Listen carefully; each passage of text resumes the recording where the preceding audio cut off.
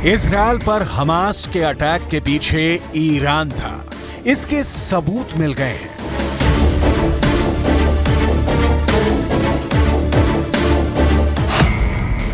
Iran ने Hamas को पहुंचाया था मार काट का सामान, इसके प्रमाण मिल गए हैं।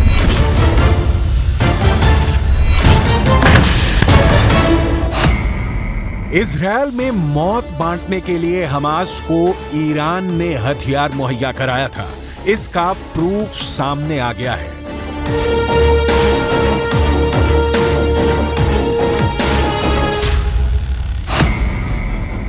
इजरायल में नरसंहार के लिए ईरान ने कौन कौन से हथियारों की सप्लाई की थी, इसका कच्चा चिट्ठा इजरायल को मिल गया है।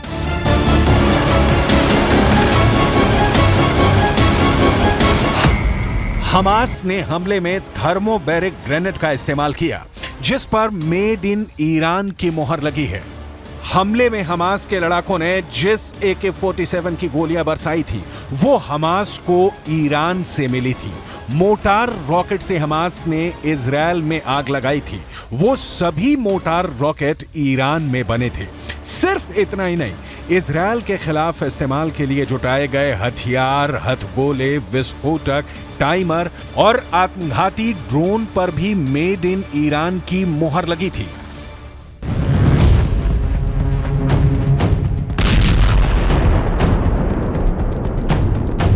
इजरायल की सेना ने हमले की जगह और आसपास से उन हथियारों का हिस्सा बरामद किया है, जिसका इस्तेमाल 7 अक्टूबर के हमले में हुआ था।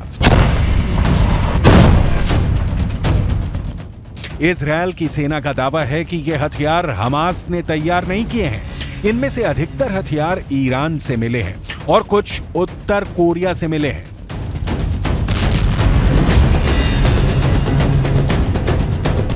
ये वीडियो उन्हीं हथियारों के हैं। इन हथियारों को इजरायल की सेना ने गाजा में सीज किया है।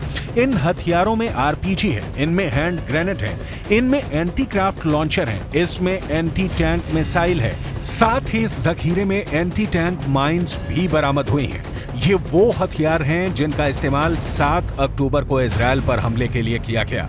जहां इन हथियारों को इजरायल की सेना ने रखा है, वहां न्यूज़ 18 इंडिया की टीम पहुंची तो क्या क्या देखा, इसे देख लीजिए। हमास के सिर्फ 2 से 3% हथियार यहाँ है, जिसका इस्तेमाल 7 अक्टूबर को कत्ले या मैसेकर के लिए किया गया था। इन हथियारों से हमारे साथ IDF के बड़े अधिकारी जी भी हैं, वो आपको बताएंगे एक एक करके कि क्या कुछ है। Mister ji, tell me what is this? Anti-craft? This is an anti-craft missile called SA-7 Strela. ये एंटी क्राफ्ट मिसाइल है। अगर एंटी क्राफ्ट यानी एयरक्राफ्ट को गिराना है तो इसका इस्तेमाल होता है।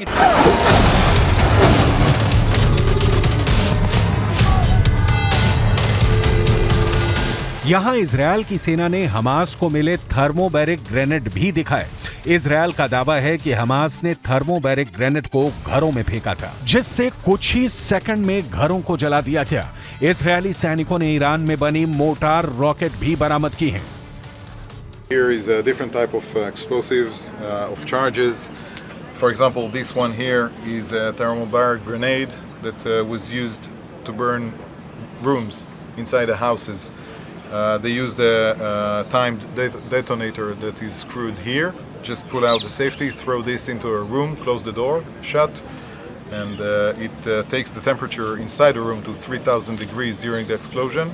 It burns, incinerates everything inside the room. Nothing comes out. We've seen many of those being used, and we collected many of those that weren't used in the field. Israel की सेना का दावा है कि गाजा से जो हथियार मिले हैं, उससे साफ होता है कि ईरान हमले की प्लानिंग में शामिल था। इजरायल की सेना के मुताबिक ईरान ने हमास को घातक हथियारों की सप्लाई की। हथियार मिलने के बाद इजरायल पर हमले की साजिश रची गई और 7 अक्टूबर को दक्षिणी इजरायल में जानलेवा हमला किया गया, जिसमें 1400 लोग मारे गए। You should notice the sheer amount of launchers. Though this type of equipment is being used in the field to hurt tanks and personnel carriers, but those were used during the attack on houses, on the kindergarten that we've seen in schools. We see here the different types of rockets that were used. Gaza की इस बदहाली के लिए वैसे तो कई वजहें जिम्मेदार हैं, लेकिन एक बड़ी और असल वजह ऐसी है जिसने गाजा के इस भयानक सच की बुनियाद रख दी, और वो वजह है 7 अक्टूबर का वो आखिरी संदेश। हमास के आतंकियों ने इसी दिन इजराइल में घुसकर हमला किया, ताबड़तोड़ फायरिंग की, जो मिला उसे मार दिया। क्या बच्चे, क्या बूढ़े, क्या महिलाएं, कोई भी उनकी दरिंदगी से नहीं बच सका। आतंकियों के सामने पड़े जिन कुछ लोगों की जान बच भी गई, वो बंधक बना लिए गए, और उसके बाद जो हुआ उसका खामियाजा गाजा के लोग हर दिन, हर घंटे, हर मिनट भुगत रहे हैं।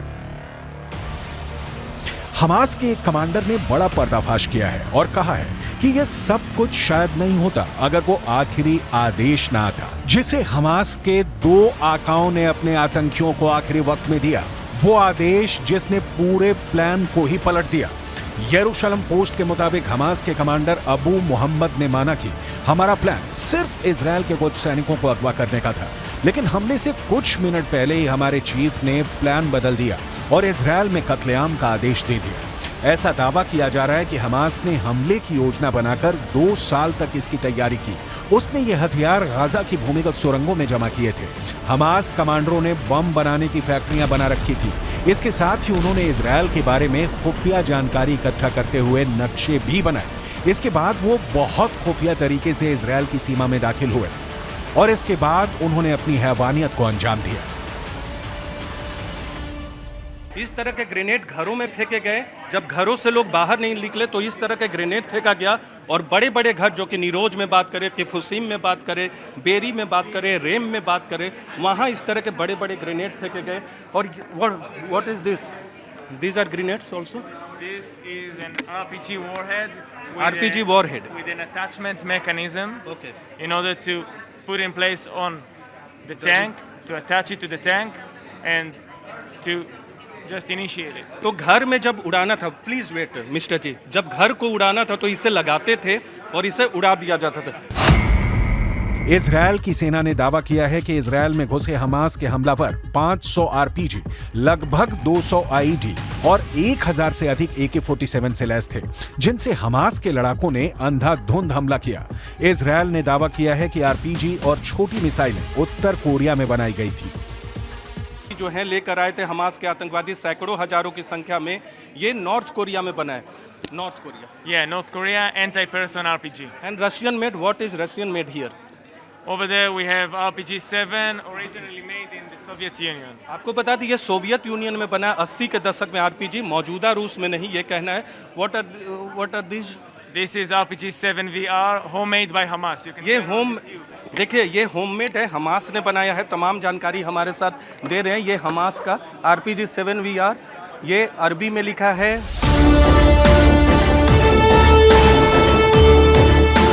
यही वजह है कि इन हथियारों का इस्तेमाल कर इजराइल में मौत बांटने वाली नुकबा फोर्स का इजराइल ने सफाया कर दिया है।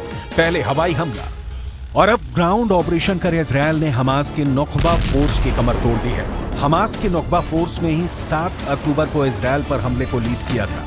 ऐसे में इजरायली सेना लगातार इसके कमांडरों की तलाश में थी। इजराइल का दावा है कि नुकबा के टॉप कमांडरों ने ही 7 अक्टूबर को दक्षिण इजराइल पर हमला कर सभी को मार डालने और घरों को जलाने का फरमान सुनाया था। नुकबा फोर्स हमास की स्पेशल मिलिट्री यूनिट है। आरोप है कि अल कासम ब्रिगेड के साथ मिलकर नुकबा फोर्स के लड़ाकों ने भी इजराइल में कोहराम मचा दिया था। इसी वजह से इजराइल की सेना के निशाने पर स्पेशल मिलिट्री यूनिट के ठिकाने थे, जिन्हें ध्वस्त करने के लिए वो लगातार हवाई हमले कर रहा था। और अब जमीनी हमले में नचाबा फोर्स के कमांडरों का काम तमाम कर दिया है।